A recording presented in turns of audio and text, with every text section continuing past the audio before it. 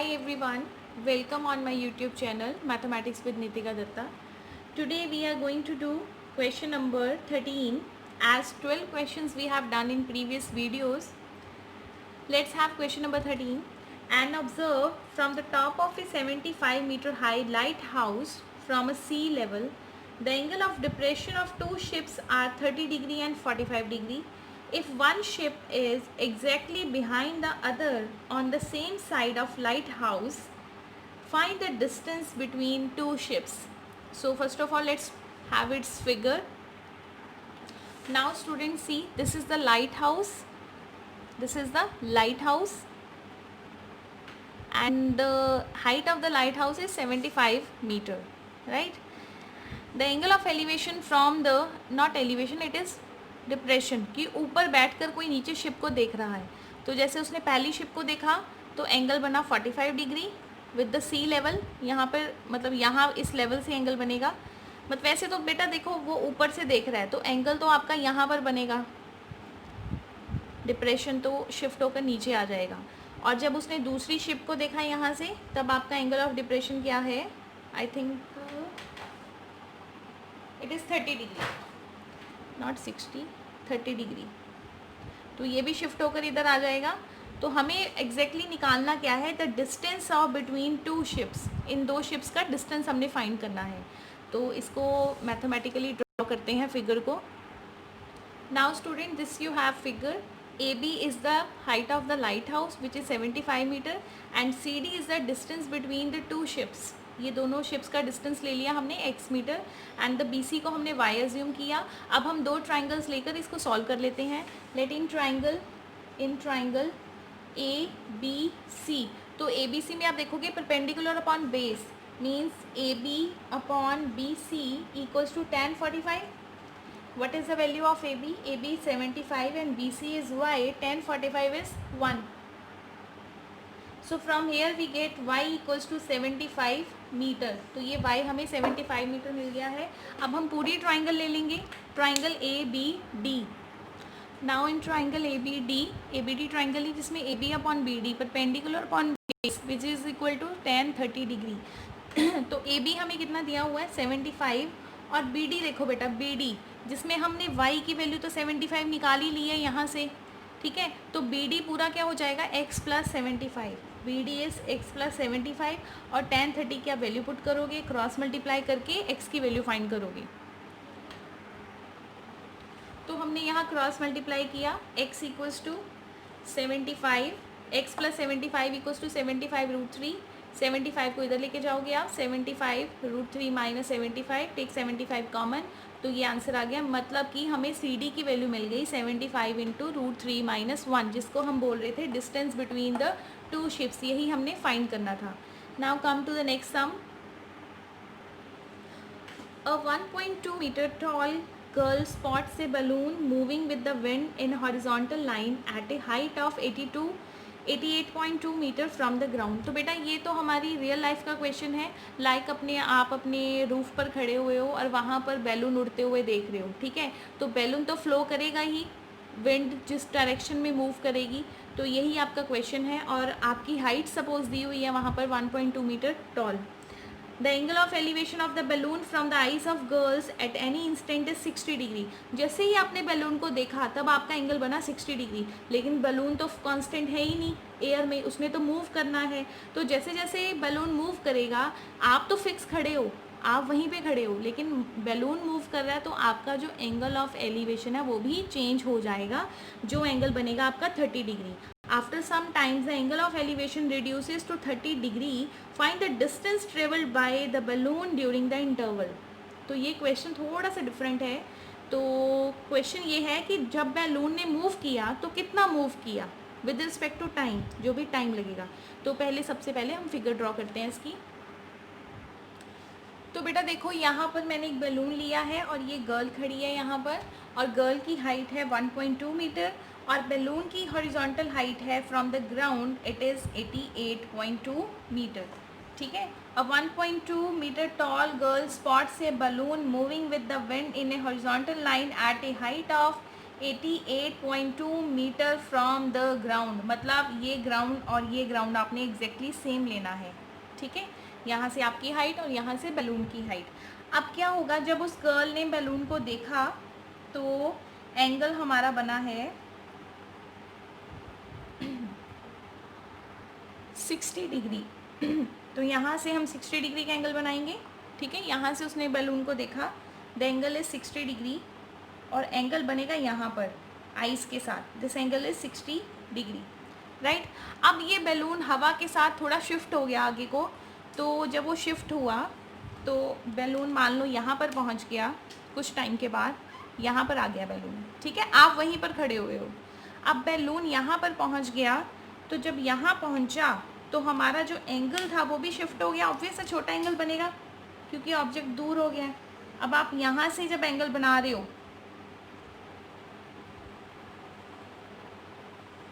यहाँ से आपका एंगल बनेगा 30 degree, this angle is 30 degree. तो दिखाई दे रहा है दिस, ये एंगल बड़ा है और ये एंगल छोटा है, ठीक है। तो ये लो एंगल ऐसे बनेगा। अब देखो बेटा, हमने फाइंड क्या करना है, हमने ये बताना है कि ये बैलून यहाँ से कितने डिस्टेंस पर मूव किया है। ये इक्वेशन है, find the distance travelled by a balloon during the interval. तो हमने ये फाइंड करना है, इसको हम नेम दे देते हैं।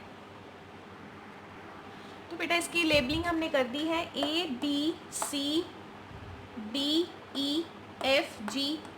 ठीक है। लेबलिंग आप कैसे भी कर सकते हो, नेसेसरली नहीं है कि ऐसे ही करनी है।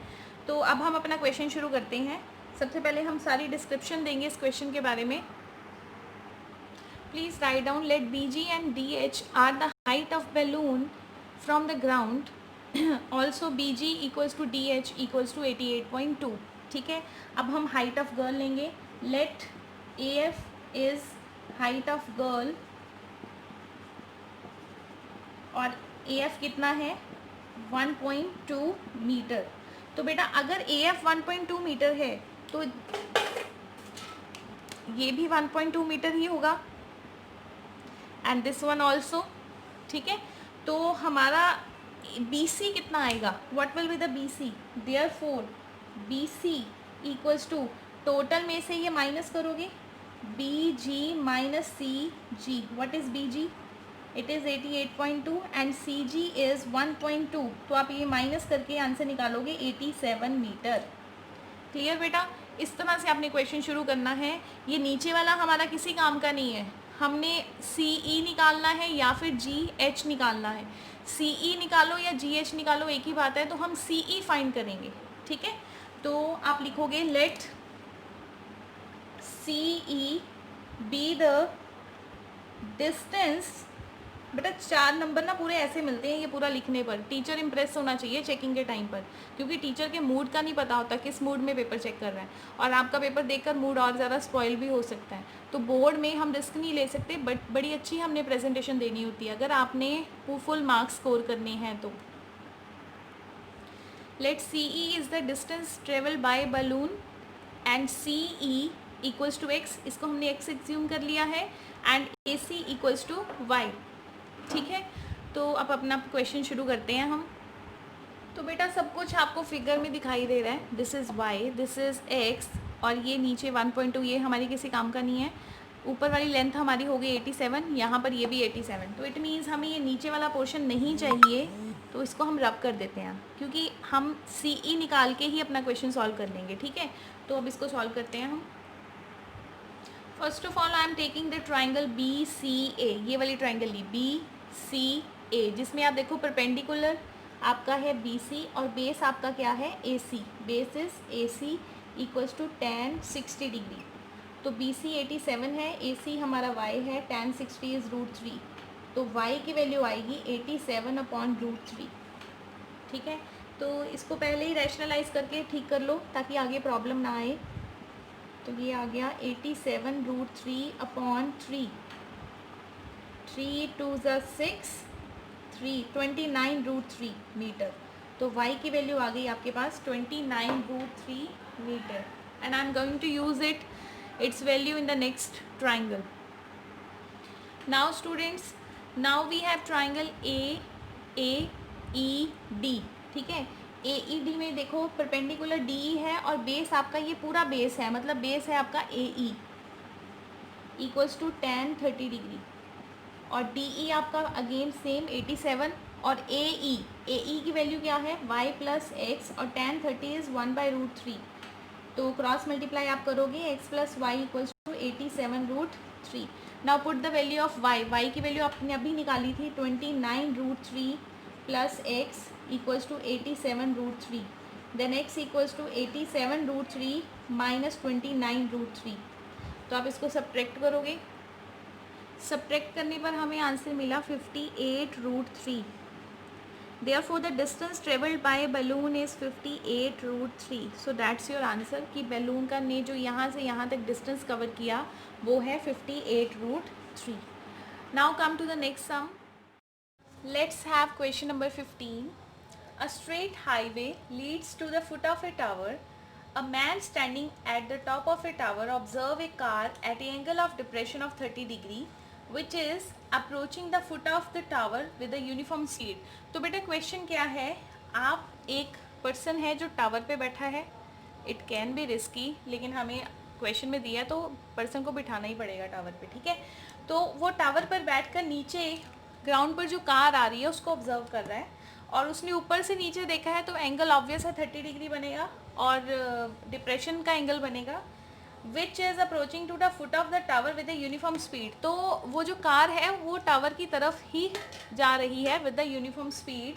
6 seconds later the angle of depression of car is found to be 60 degree. Find the time taken by a car to reach the foot of a tower from this point. तो सबसे पहले हम इसकी एक सिनेरियो क्रिएट कर लें कि actual में दिया क्या हुआ है। तो बेटा ये एक टावर है और यहाँ पर एक कार है, ठीक है, दिस इज़ अ कार, और ये जो कार है वो टावर की तरफ चलती आ रही है। तो क्या था क्वेश्चन कि इस पर्सन ने इस कार को देखा, जब ऊपर से देखा तो एंगल बना हमारा, कितना बना एंगल 30 डिग्री। यहाँ पर उसने देखा इस कार को तो एंगल बना हमारा 30 डिग्री। तो उसके बाद अब ये कार 6 सेकेंड्स के बाद, आफ्टर 6 सेकेंड्स ये कार चलकर यहाँ पर आ गई है। ये कार यहाँ पर, यहाँ से शिफ्ट होकर, ऑब्वियस है ना, एक स्पीड से आएगी कार, यहाँ से यहाँ पर ये कार आ गई है। अब इस पर्सन ने दोबारा से इस कार को ऑब्जर्व किया, मतलब कितनी देर के बाद ऑब्जर्व किया, 6 सेकेंड्स के बाद उसने ऑब्जर्व किया, तो एंगल ऑफ डिप्रेशन हमारा बनेगा 60 डिग्री, ठीक है। तो एंगल ऑफ डिप्रेशन बनाना है तो हमें एक पैरेलल लाइन ड्रॉ करनी पड़ेगी। This angle is 30 and this angle is 60। उसके बाद ऑल्टरनेटिव करके ये शिफ्ट हो जाएगा। अब क्वेश्चन ये है कि find the time taken by a car to reach the foot of the tower from its point. तो यहाँ पर, यहाँ तक तो वो 6 सेकेंड में पहुँच गई, अब वो फिर टावर की तरफ ही मूव करती जा रही है। तो हमारा क्वेश्चन ये है कि कार ने फुट ऑफ द टावर पहुँचने में कितना टाइम लिया, मीन्स ये कार यहाँ पर कितने टाइम पर पहुँची, ठीक है। तो ये हमारा क्वेश्चन है। I hope the picture is clear to you कि हमने करना क्या है। यहाँ से लेकर यहाँ तक कार पहुँची 6 सेकेंड्स में, और यहाँ से लेकर यहाँ तक कार कितने सेकेंड्स में पहुँचेगी, हमारा ये क्वेश्चन है। उसके अलावा, एंगल्स के अलावा हमें और कुछ भी गिवन नहीं है, ना तो हमें हाइट गिवन है टावर की, नथिंग इज़ गिवन। तो चलो करते हैं फिर भी क्वेश्चन शुरू। नाउ स्टूडेंट्स, एक्चुअल आपकी ये पिक्चर बनेगी, ठीक है। तो ये आपकी कार थी। तो सबसे पहले हम लेंगे let A B the height of a tower which is equal to h metre, and C D देखो क्या है, C D is the distance covered by a car, ठीक है, जिसको मैंने x लिखा हुआ है, जबकि x नहीं लिखना, मैं बताती हूँ ये एक्चुअल में क्या है। अब देखो बेटा, डिस्टेंस किसके इक्वल होता है, speed multiply time, distance equal to speed multiply time. अब टाइम कितना दिया हुआ आपको, 6 सेकेंड्स, यही दिया हुआ है ना कि उसने 6 सेकेंड में वो यहाँ से कार यहाँ पर पहुँच गई, तो कितना डिस्टेंस कवर किया इस कार ने यहाँ तक, तो डिस्टेंस इक्वल टू स्पीड को आप ले लो x और टाइम को ले लो 6, डिस्टेंस इक्वल्स टू 6x। तो ये जो डिस्टेंस है ये हमारा होगा 6x। तो यहाँ पे आप लिखोगे let speed equal to x metre per second, क्योंकि क्वेश्चन मीटर में चल रहा है तो हम यहाँ पर मीटर में लिखेंगे। हमने किलोमीटर कुछ भी ले लो, कोई मेंशन नहीं है यूनिट, तो हमने स्पीड हमने ले ली x, ठीक है। तो डिस्टेंस आपका बन गया s multiply t time 6 second, distance equals to speed multiply time means 6x, distance आपका आ गया 6x। क्लियर है। अब देखो बेटा, जो सी बी का जो डिस्टेंस है, यहाँ पर स्पीड हमने नहीं देखनी, ठीक है, हमें सिर्फ यहाँ पर टाइम दिया हुआ था, यहाँ का टाइम हमने फाइंड करना है। तो हम यहाँ पर क्या करेंगे, लेट सीधा ही अज्यूम कर लेंगे, let distance of B C equals to y metre, ठीक है। इसको हमने कन्वर्ट किया है बिकॉज यहाँ पर जो x है वो स्पीड है, यहाँ पर जो मैं y ले रही हूँ वो मैंने डिस्टेंस लिया हुआ है। क्लियर। अब आगे चलते हैं। Now students, I have taken triangle A B C, जिसमें परपेंडिकुलर आपका h है और बेस आपका y है। Perpendicular on base equals to tan theta means tan 60 degree, तो h upon y equals to √3। तो यहाँ से हमारे पास h की वैल्यू आ गई है √3, which I am going to use in the next triangle. अब आप ट्राइंगल लोगे A B and D, take triangle A B D. So I have taken triangle A B D, जिसमें आपका परपेंडिकुलर है A B and the base is B D, ठीक है। A B की value आपकी आएगी h और बी डी किसके इक्वल है, देखो बी डी है 6x प्लस वाई के equal, h upon 6x plus y equals to tan 30 is 1/√3, ठीक है। तो यहाँ से अगेन हम h की वैल्यू निकालेंगे, h equals to 6x plus y upon √3। अब देखो बेटा, h इसके इक्वल है और h इसके इक्वल है, इट मीन्स ये दोनों आपस में इक्वल होंगे। Therefore y√3 on comparing y√3 equals to 6x plus y upon √3। तो अब आप क्रॉस मल्टीप्लाई करोगे, you will get 3y equals to 6x plus y, then 2y equals to 6x, y equals to 3x, y equals to 3x।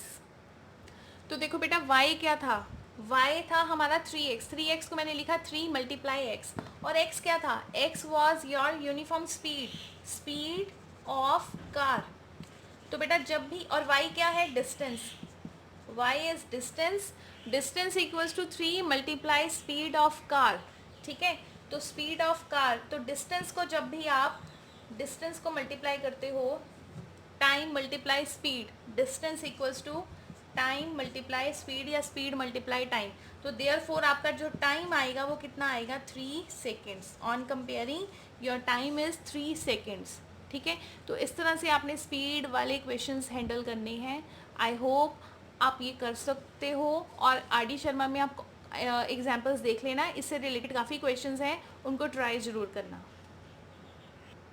Let's have question number 16, which is the last question of exercise 9.1 also of this chapter.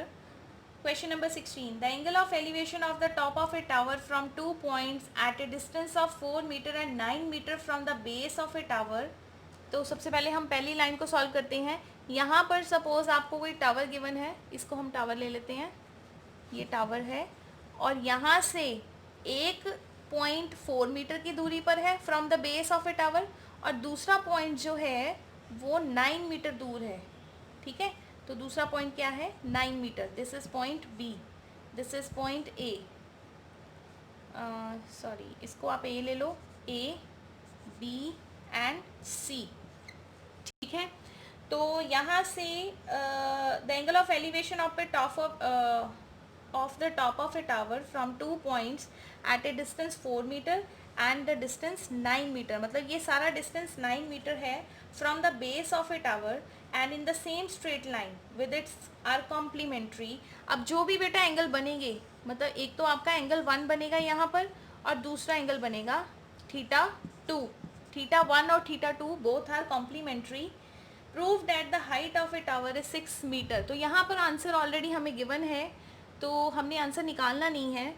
तो हमारा question ये है कि अगर AD, let AD is height of tower, तो हमने ये prove करना है, prove that AD equals to 6 metre, ठीक है। तो आंसर ऑलरेडी गिवन है। अब इसमें गिवन क्या क्या है, गिवन हमें ये है कि θ1 प्लस θ2 हमें गिवन है कॉम्प्लीमेंट्री मीन्स 90 डिग्री, अगर सप्लीमेंट्री होते तो 180 डिग्री। तो ये हमें 90 डिग्री दिया हुआ है। अगर ये 4 है तो इतनी लेंथ किसके इक्वल होगी, बी सी किसके इक्वल होगा, यस टेल मी, 5 मीटर। ठीक है, तो हम लिखेंगे as according to question A B equals to 4 metre and B C equals to 5 metre. तो अब क्वेश्चंस को सॉल्व करते हैं। हाइट आपकी सेम ही रहेगी, तो हम यहाँ पर एज्यूम कर लेते हैं let A D equals to H. ये तो हमने फाइंड करना है, 6 लेके तो नहीं चल सकते ना। तो now in triangle A B A D, in triangle B A D upon A B equals to tan theta 1, यही आएगा, perpendicular upon base equals to tan theta 1। तो ए डी आपका है h और A B is 4 equals to tan theta 1, बस इसको ऐसे ही रहने दो। ठीक है, नेक्स्ट देखो, now in triangle D A C, हमने ये पूरी ट्राइंगल ली है। इस पूरी ट्राइंगल का जो परपेंडिकुलर है वो है आपका h, और जो इसका बेस है, तो बेटा बेस चेक करो, मतलब ये पूरी लेंथ ए सी, तो ये पूरी लेंथ हमें कितनी दी हुई है, which is equal to 9 metre. तो हम यहाँ पर 9 पुट करेंगे, और सॉरी ए डी को हम पुट करेंगे h और ए सी को पुट करेंगे 9। तो it means h upon 9 equals to tan theta 2। तो अब क्वेश्चन देखो कैसे हैंडल करना है। ये इसको आप नंबर 1 दोगे। अब देखो थीटा 1 प्लस थीटा 2 की वैल्यू कितनी है, 90 degree. Theta 1 plus theta 2 is 90 degree. तो थीटा 2 की वैल्यू किसके इक्वल आएगी, 90 माइनस थीटा 1। ठीक है, तो इस थीटा 2 को मैं पुट करने लगी हूँ tan 90 माइनस थीटा 1। क्लियर, ठीक है, इस थीटा 2 को हमने पुट कर दिया tan 90 minus theta 1। Now tan 90 minus theta किसके इक्वल होगा, आपने ट्रिग्नोमेट्री के प्रीवियस चैप्टर में पढ़ा हुआ है। tan 90 minus theta is cot theta, means cot theta 1। तो बेटा देखो h की वैल्यू हमारे पास कितनी आ गई, 9 cot थीटा 1, और यहाँ से हमारे पास जो h था वो किसके इक्वल आएगा, ये h अपॉन 4 था ना, तो यहाँ से हमारे पास h किसके इक्वल आएगा, h equals to 4 tan theta 1, h equals to 4 tan theta 1, h equals to 9 cot theta 1। तो अब मैं इन दोनों को मल्टीप्लाई करने लगी हूँ, 1 and 2, right, multiply 1 and 2, multiply 1 and 2। तो देखो बेटा h मल्टीप्लाई h क्या आएगा, h square 4 tan theta 1 multiply 9 tan theta 2। तो 9 4 ज़ा 36, 36 tan theta 1 cot theta 1, not theta 2, theta 1, एक सेकेंड, मल्टीप्लाई 9 cot थीटा 1। सो 9 4 ज़ा 36, 36 tan थीटा 1 cot थीटा 1। ठीक है, तो अब बेटा cot थीटा 1 को आप क्या लिख सकते हो, cot is the reciprocal of tan, cot theta 1 को मैं लिखने लगी हूँ 1 अपॉन tan थीटा 1, राइट। तो tan theta 1 tan theta 1 cancel, h square equals to 36, then h equals to 6 metre. तो यही तो हमने प्रूव करना था कि हाइट ऑफ द टावर जो है वो आपकी 6 मीटर है, तो हमने ये प्रूव कर दिया। Therefore height of tower is 6 metre. तो बेटा इसके साथ ही आपकी ये जो NCERT के क्वेश्चंस हैं वो फिनिश होते हैं। तो आप प्रैक्टिस करो, एग्जाम्पल्स करो, RD शर्मा से एक्स्ट्रा क्वेश्चंस करो, कहीं से भी करो, और कोई भी डाउट होगा तो आप मेरे से पूछ सकते हो। Thank you.